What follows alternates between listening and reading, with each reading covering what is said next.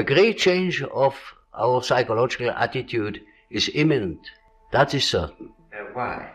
Because we need more. We need more psychology. Is midlife crisis real or just a myth? Carl Jung explains why life really starts at 40, and his insights might just change the way you see your future. Change is inevitable, but what truly matters is the kind of change you choose to embrace. If you've ever felt lost, unfulfilled, or questioning everything you thought you wanted, you're not alone. In fact, this could be the turning point that leads you to a more meaningful and fulfilling life. So, how can you take control of your future and make the most of what's ahead? Let's dive in and find out.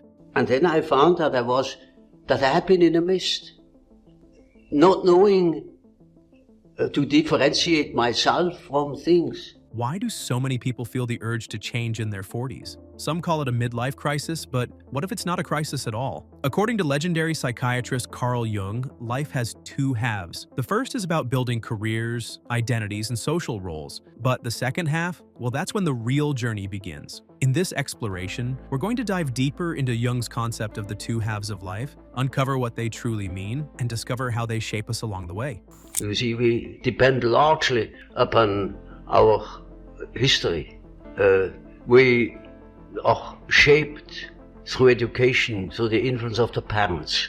Many people refer to the first half of life as the best years of life. But in reality, it's actually a period of trial and error where we try to define ourselves, meet societal expectations, and build a life that makes sense to others. Carl Jung said that fitting in isn't always the solution, because we tend to build our personality based on social principles. Now you're probably wondering, what does this really mean? We work tirelessly to fit in, to achieve success, and to prove ourselves to the world. But more often than not, this is based on external expectations rather than our authentic selves. Along the way, many people end up losing that personal touch. For instance, if you look at people in their 20s and 30s, they are often focused on what society tells them matters.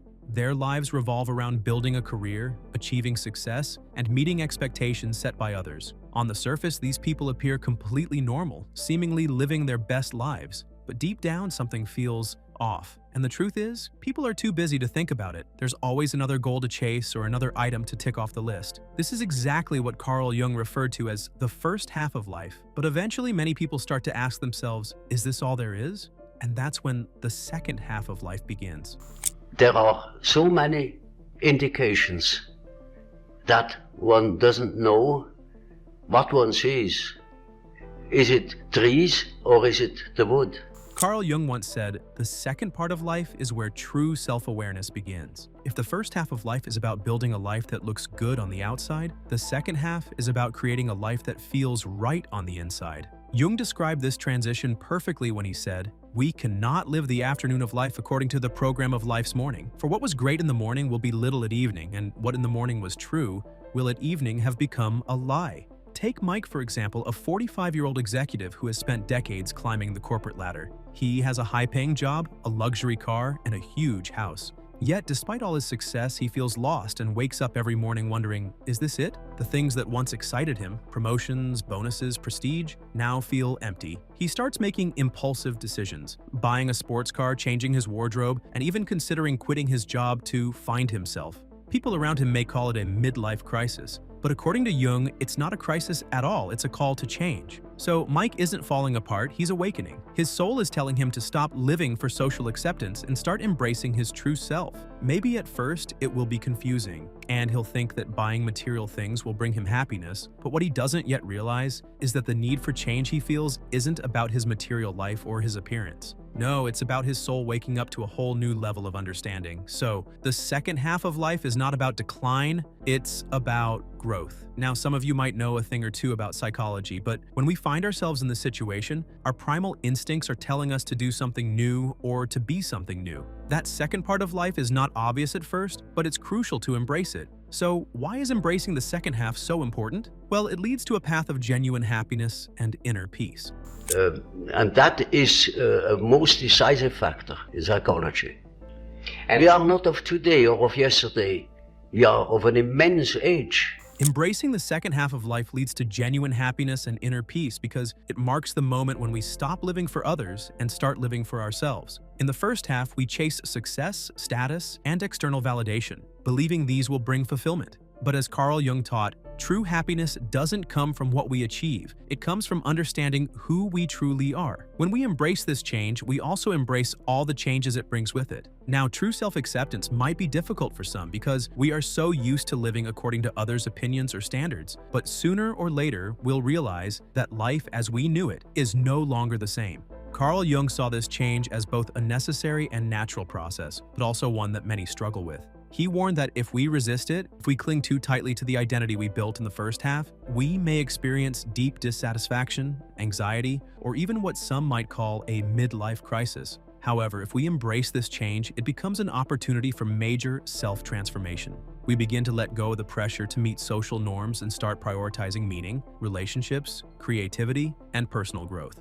This shift allows us to experience life more deeply, with less fear and more connection to our true identity. Rather than running from change, we lean into it, and that's where real happiness begins. The type is nothing static. It changes in the course of life. But I most certainly was characterized by thinking.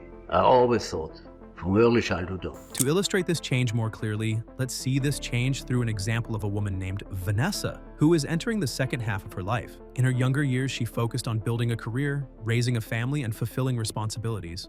Writing was a hobby she loved, but she never thought it would lead anywhere. She enjoyed reading and absorbing stories and knowledge, but didn't know how to use them.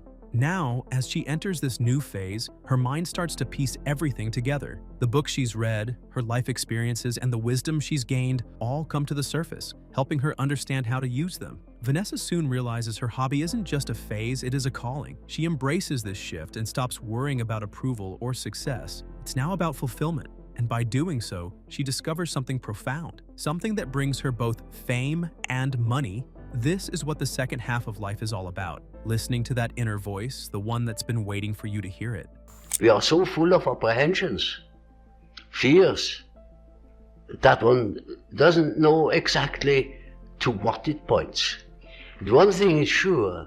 In our 40s and beyond, our brain isn't just absorbing new information, it's rearranging and connecting everything we've learned so far. This is why many of you often experience changes in priorities, sudden realizations, and more self-awareness. Jung saw the first half of life as a time of exploration, ambition, and identity building, where we gather experiences and chase success. But the second half? That's when we apply the wisdom we've stored, focusing on what truly matters. Instead of seeking approval from the world, we start listening to our inner voice. By midlife, the mind has developed enough to cut through the noise, to recognize what is deeply satisfying versus what is just a social norm. It's a time when people begin to pursue deeper meaning, whether through creativity, spirituality, relationships, or self-expression. We need more psychology. We need more understanding of human nature, because the only real danger that exists is man himself. As Jung put it, life really does begin at 40. Up until then, you are just doing research. Now, it is up to you to use that research in your favor or to continue to call it a midlife crisis. So, has this insight changed the way you view the second half of life? Share your thoughts in the comments below. Don't forget to hit like and subscribe for more eye-opening content.